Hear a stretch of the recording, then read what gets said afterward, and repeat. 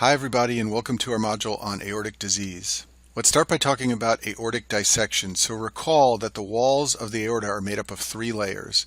The innermost layer, the layer that touches the blood moving through the aorta, is called the intima. The middle layer is called the media, and the outer layer is called the adventitia.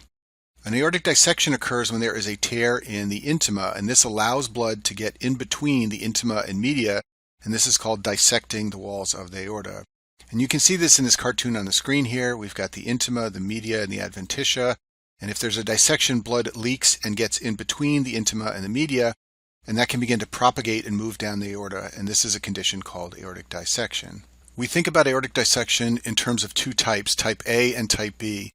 Type A aortic dissections involve the ascending aorta and or the arch. If you look at this picture on the screen, if a dissection involves any of this portion where I'm circling with my pen here, we call that a type A dissection. And these are medical emergencies and they're always treated with urgent surgery. Type B dissections involve only the descending aorta, so that would be anything from here on down.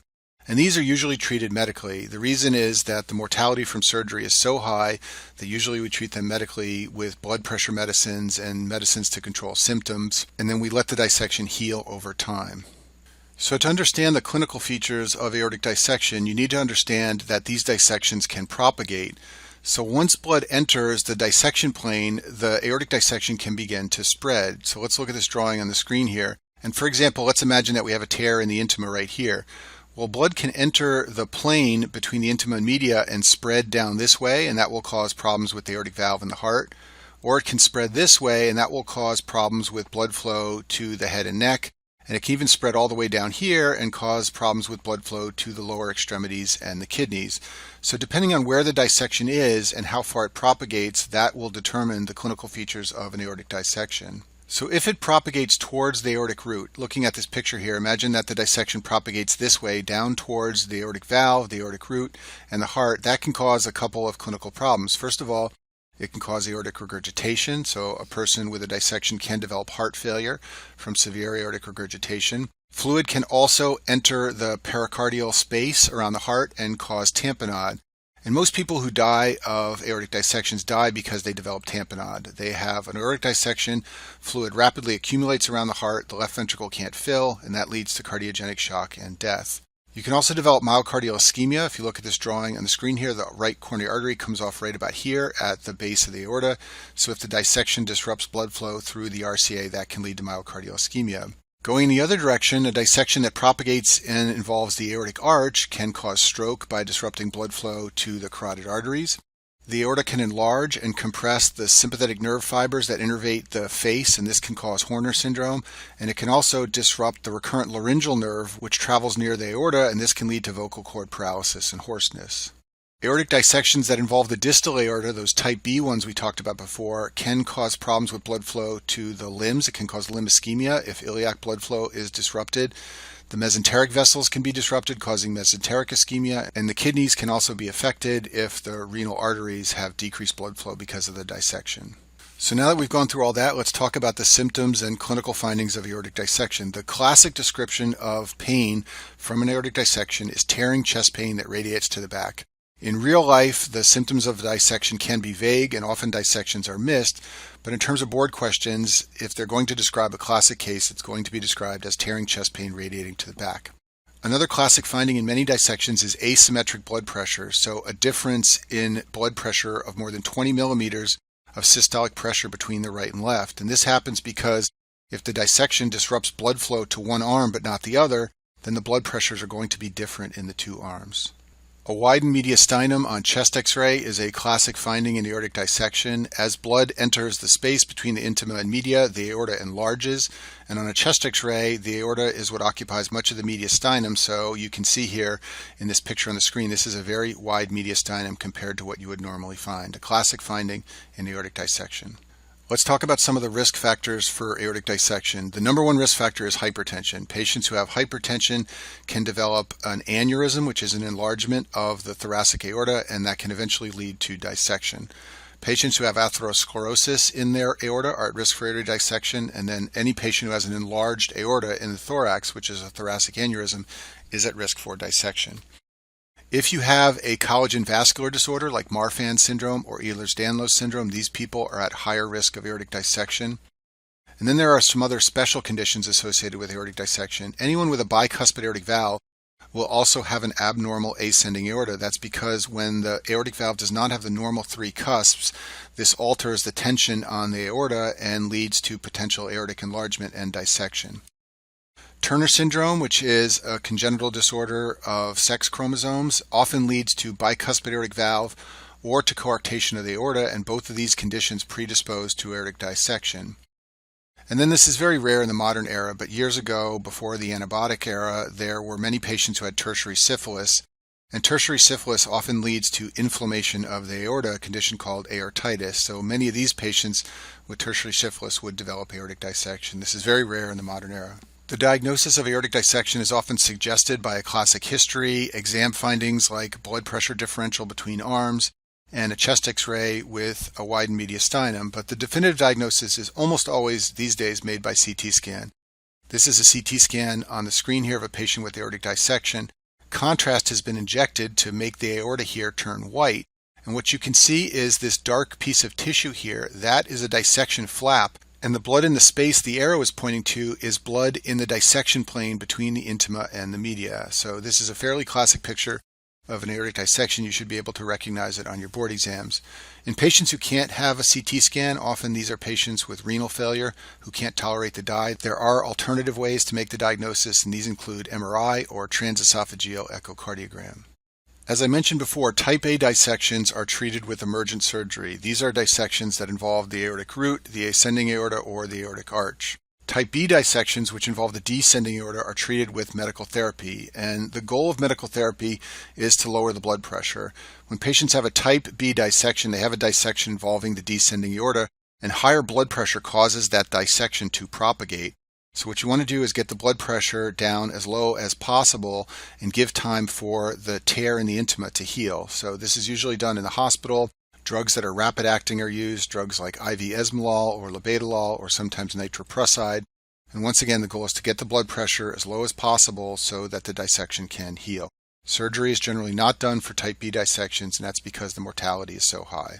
Moving on, let's talk about aortic aneurysms. An aortic aneurysm is a dilation or bulge of the aorta such that the diameter becomes more than 1.5 times normal. Aortic aneurysms always involve all 3 layers, so the intima, media, and adventitia are all part of the bulging section of the aorta. And clinically, we subdivide aortic aneurysms into those that occur in the thorax and those that occur in the abdomen. Thoracic aortic aneurysms involve usually the root, the ascending aorta, or sometimes the arch. Abdominal aortic aneurysms usually occur down in this area near the renal arteries. We'll talk about thoracic aortic aneurysms first, and you can basically think of a thoracic aortic aneurysm as a precursor of dissection. That's the major risk here, is that if left untreated, these aneurysms will lead to dissection. They almost always occur in the proximal ascending aorta in this section right here. It's very rare to have them beyond this section here.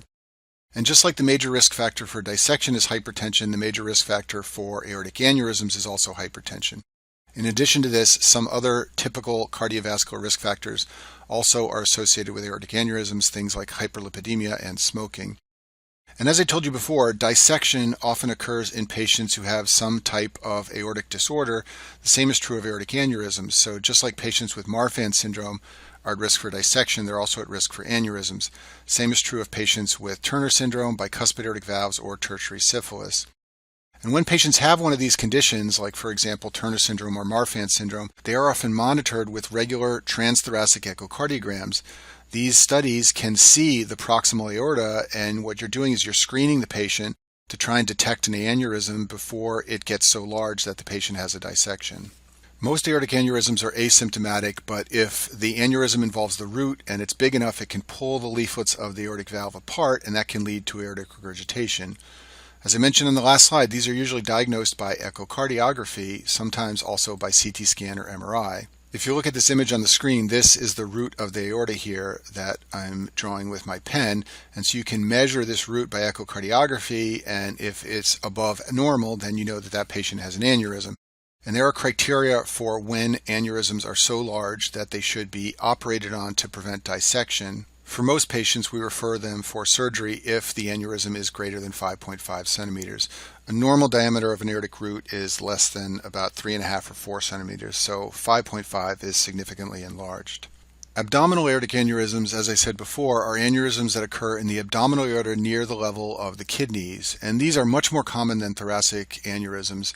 And most abdominal aortic aneurysms are associated with atherosclerosis. You can basically think of them as a complication of vascular disease. When patients get a significant amount of atherosclerotic plaque in their abdominal aorta, that often leads to the walls beginning to bulge out because the plaque weakens the walls, and that leads to an aneurysm. And the most common site is just below the kidneys in the infrarenal aorta, and the reason this is the most common site is because that's the area most commonly affected by atherosclerosis. Super high yield to know that smoking is the strongest factor associated with abdominal aortic aneurysms. Every patient I've ever met who has a AAA is a smoker, and most of those patients also have other vascular diseases like carotid artery disease or lower extremity peripheral vascular disease. This problem is much more common in men, and it's much more common as you get older. It's very rare before the age of 55, but as many as 5% of men over 65 have an abdominal aortic aneurysm. And then in addition to smoking and gender and age, these aneurysms are also associated with other vascular risk factors like hypertension and hyperlipidemia. Most abdominal aortic aneurysms are asymptomatic, but sometimes they can be detected on physical exam.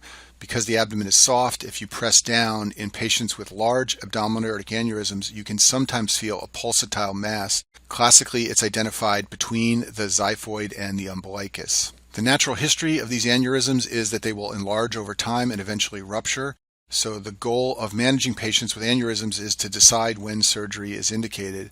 They're followed with ultrasound usually, or sometimes CT scan. This is an ultrasound image of an abdominal aortic aneurysm on the screen here. You can see there's some plaque along the walls of the aorta, and you can also see that it's very large. And usually we recommend that patients have surgery when the aneurysm gets to be over 5 centimeters in size. A normal diameter for the aorta is about 3 centimeters, so 5 is significantly enlarged. I'll finish with this slide on screening for abdominal aortic aneurysms. This is super high yield for board exams. It comes up on the STEP exams, the medicine exams, and even the cardiology exams. The United States Preventative Task Force recommended a number of years ago that certain patients have a one-time ultrasound to screen for a AAA. The patients who should have this screening done are men aged 65 to 75 who have any smoking history. Either they are a current smoker or they used to smoke and quit. So the way this will come up in a board question is a patient will be described as presenting for a regular annual visit.